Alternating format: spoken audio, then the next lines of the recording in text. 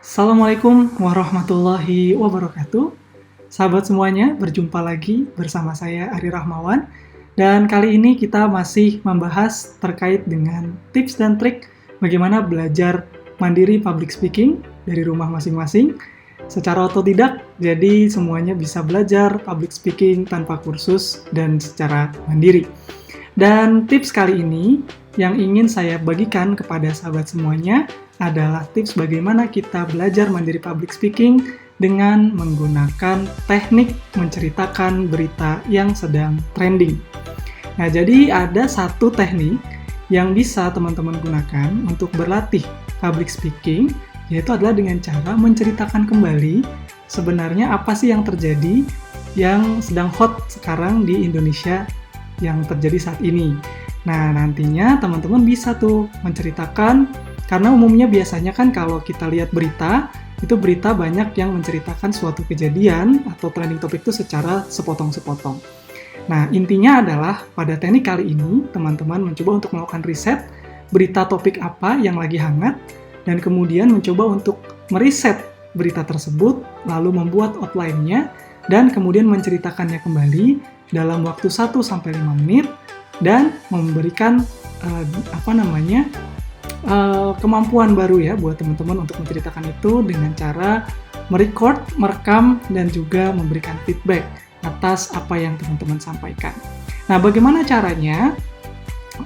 Kita akan coba ya mempraktikkan tips-tips praktis nih, karena memang banyak sekali teman-teman yang meminta lebih ke arah tips-tips yang sifatnya praktikal. Jadi bisa dipraktikkan secara langsung. Baik, bagaimana caranya kita mencari topik berita apa sih yang sekarang sedang trending di Indonesia? Mudah sekali caranya. Tentu saja cara yang paling umum yang bisa kita gunakan adalah dengan menggunakan Google. Nah, sekarang silakan teman-teman semuanya buka Google, lalu di situ ketik aja ya, kata kuncinya adalah trending topic ya, seperti yang ada di sini. Kemudian buka tab berita. Jadi di trending topic ini kan ada tab semua video, gambar, dan berita. Nah, ini buka yang di topik berita. Di tab berita ya. Kemudian nanti kita bisa melihat tuh berita-berita apa aja nih yang lagi ngetrend di Indonesia saat ini. Nah, ini pada waktu hari ini sekarang saya buka, itu yang sedang tren adalah ini ya, netizen kedinginan, Garut jadi trending topic di Twitter. Nah, ini ada trending ini. Nih, terus kemudian nama Gilang trending topik di Twitter, disebut predator. Nah, ini yang kasus di Jawa Timur ya, kalau saya tidak salah, ya terkait dengan predator yang dibungkus dengan riset. Dan ini juga ada beberapa topik yang menarik. Di sini saya gunakan topik yang saya pilih, yaitu adalah topik tentang Joska. Ini topik tentang Joska itu trending 1 minggu yang lalu. Kenapa saya pilih topik ini? Karena topik ini agak sedikit kompleks, jadi membutuhkan analisa yang lebih dalam. Dan juga karena sudah cukup lama, 1 minggu trending topiknya, jadi sudah cukup banyak informasi yang bisa kita saring, kita dapatkan, dan kemudian kita susun menjadi sebuah kerangka berita untuk kita ceritakan ulang. Nah, jadi pada kesempatan kali ini saya akan mendemonstrasikan kita mengambil kasus Joska sebagai topik untuk kita berlatih public speaking secara mandiri. Nah, kemudian yang kedua, yang kita lakukan tentu saja adalah mengumpulkan berita-berita yang tercecer. Jadi kalau tadi yang pertama teman-teman memilih topiknya, maka yang kedua itu memilih berita-berita, mencari berita-berita yang ada di internet, dan tercecer. Nah, kemudian kita kumpulkan berita-berita itu. Nah, ini misalkan saya mencari berita dari Detik Finance, kemudian saya juga cari berita dari CNBC, kemudian saya cari berita dari CNN, kemudian saya cari juga beberapa berita dari internet, dari Twitter ya, sosial media, Twitter, Facebook, dan Instagram, untuk kemudian saya kumpulkan nih materi-materi berita yang tercecer ini.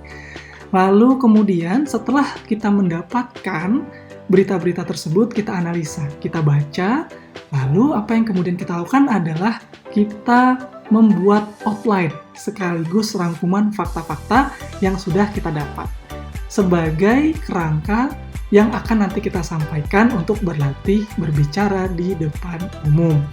Saya menggunakan kerangka yang mudah saja, 4W plus 1H, jadi tidak 5W1H karena terlalu panjang nanti, jadi saya singkat saja 4W1H.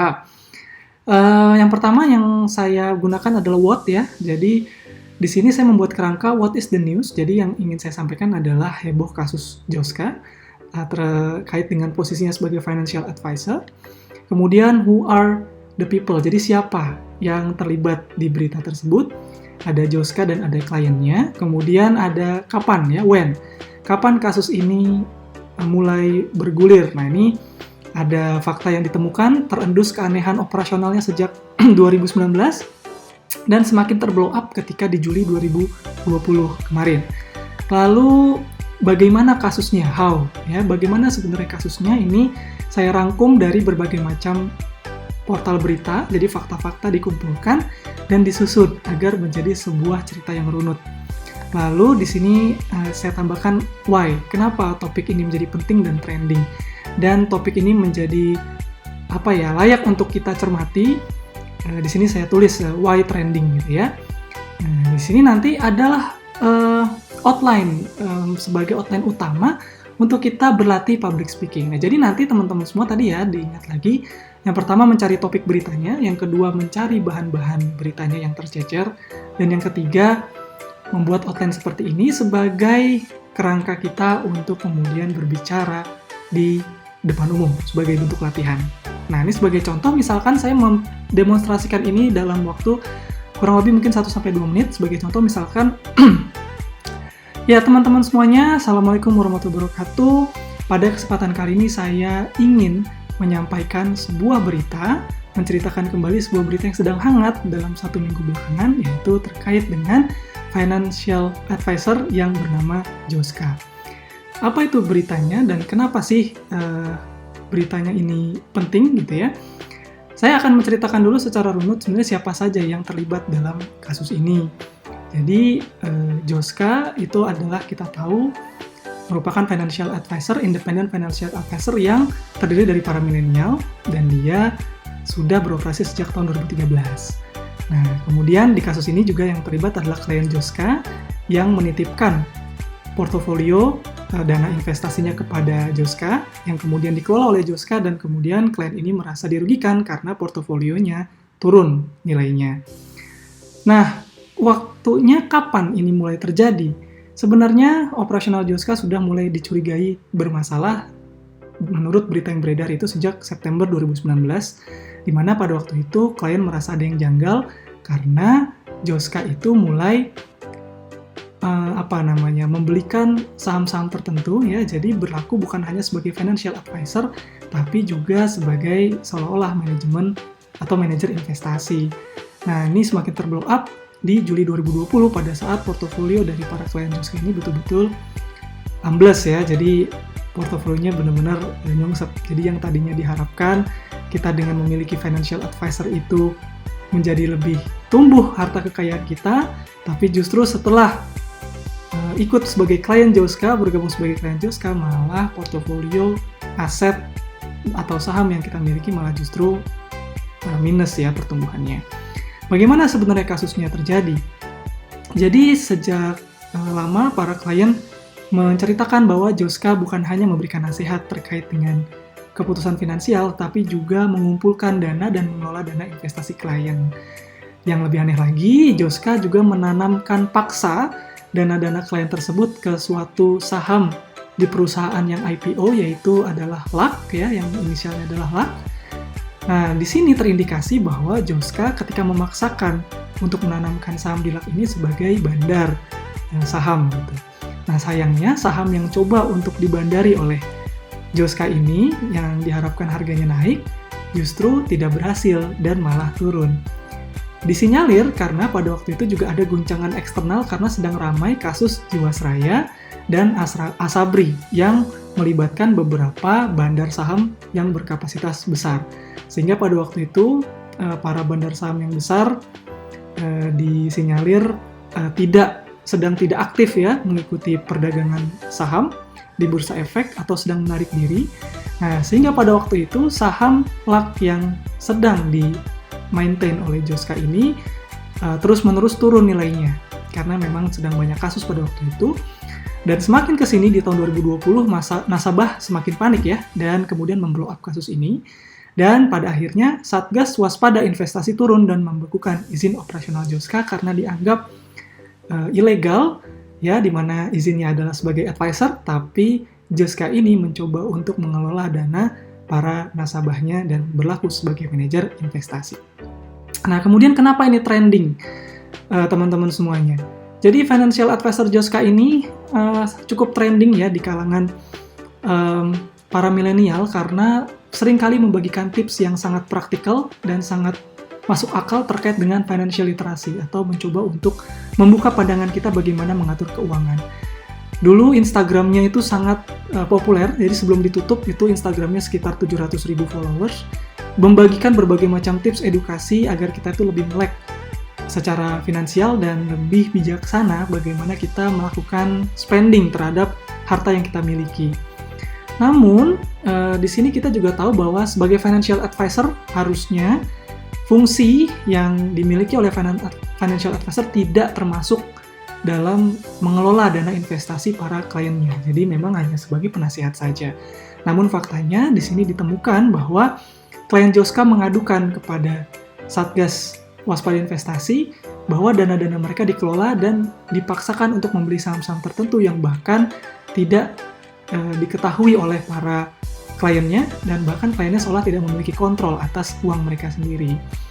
Dan di sini disinyalir juga bahwa Joska tidak sepenuhnya independen karena sudah terafiliasi oleh bandar saham tertentu dan terutama adalah bandar saham dari LAK, gitu ya.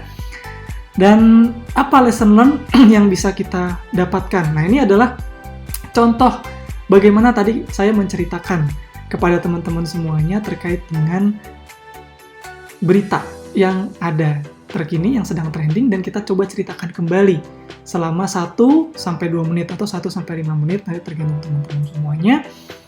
Di sini kemudian nanti tugas teman-teman berikutnya adalah ketika sudah selesai ya membuat outline-nya, terus kemudian menceritakannya, jangan lupa untuk merekam.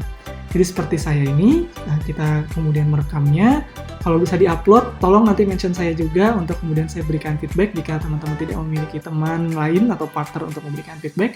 Saya dengan senang hati akan membantu memberikan feedback yang saya bisa, walaupun saya juga sadar bahwa saya juga masih belajar dan butuh banyak feedback. Nah, di sini tugas teman-teman yang terakhir adalah speak and record. Nah, namun ini adalah contoh ya, latihan mandiri untuk kita berbicara, melancarkan berbicara di depan umum, yaitu dengan cara kita menceritakan kembali berita-berita apa yang sedang trending. Dan teman-teman semuanya, kalau misalkan boleh di summary atau boleh dirangkum, ini sebenarnya 4 langkah tugas yang perlu untuk teman-teman praktikan secara mandiri di rumah. Jadi bagaimana sih caranya agar saya lebih bisa lancar berbicara di depan umum? Salah satunya adalah dengan berlatih menceritakan kembali berita-berita yang sedang trending. Ini adalah 4 langkah yang teman-teman bisa lakukan. 1, kumpulkan segera sekarang ya data-data yang tercecer. Tentu saja juga menentukan terlebih dahulu berita apa yang ingin teman-teman kumpulkan. Lalu rangkum berita tersebut, buat outline-nya, lalu bicaralah 1-5 menit, rekam dan minta feedback.